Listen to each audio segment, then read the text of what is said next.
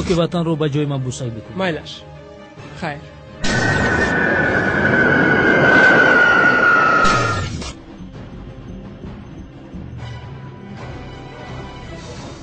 گوش میکنم. آدم دودویچ، من از فرودگاه بیرون شدم.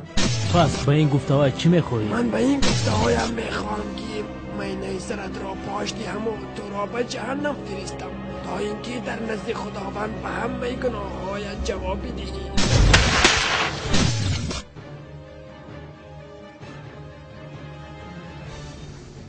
تشکر خدم دودویچ. از این روز اعتباران همکاری را با قدم دودویچ قد می نماییم.